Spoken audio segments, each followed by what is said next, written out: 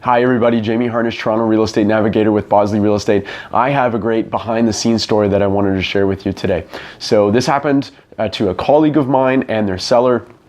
My colleague had a condo listing, and between them and the seller, they decided to go with the underpriced strategy and hold an offer night like a week later after the property was listed.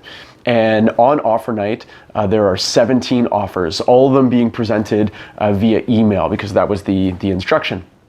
So ultimately with 17 offers, you're going to find one that's the right one for the seller, and so it was chosen. But because nobody was presenting in person, there were no deposit checks being presented in person.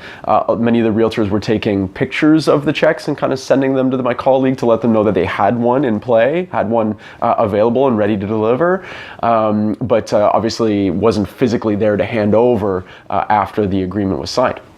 So the winner is chosen, if you will, and how it goes is that the buyer has roughly 24 hours, or the next business day, to present the deposit check to the listing brokerage.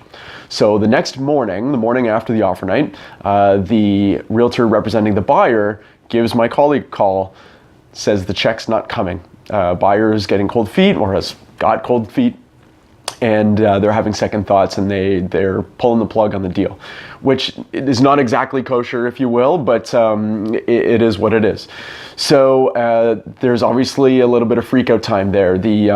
Mostly on the seller's part. They went through the offer night, had 17 offers, thought that they had a great offer and had their place sold, and now all of a sudden it's not technically, and they've already said kind of no, thank you, but thanks, but no thanks, to 16 other people. So what are the lessons here? I think that they're the same for the buyer and the seller for the most part, same but opposite, if you will. So whenever possible, and probably at all times, present in person, okay? So whether you're the seller and you're taking offers, or whether you're a buyer and your realtor is presenting an offer, do it in person, even if you, the buyers, can't be there, or you, the sellers, can't be there physically. Your realtor should be there to accept or give the offer, and you should also make sure that a deposit check is being handed over or has the ability to be handed over if your offer is accepted. For a seller's side of things, if you've got two offers and they're very, very close in money, let's say, I'm just as an example, $2,000 or $3,000 apart, and one of them has a deposit check ready to hand over with the offer, and the other one does not. It's been emailed, or they've shown up in person, but they don't have a check with them. They're not quite as organized or whatever. You may want to consider what that $2,000 or $3,000 is worth to you. Again, just as an example, maybe it's less, maybe it's more, I don't know.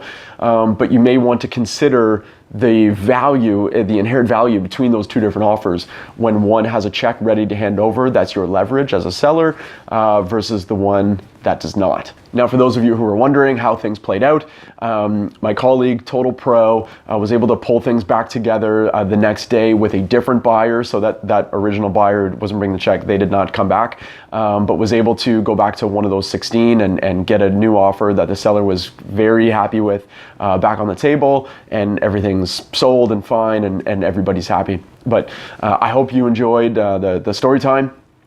Thanks again for watching. Don't forget to like and follow my page if you want notifications for new videos as they're released, and I hope to see you next time.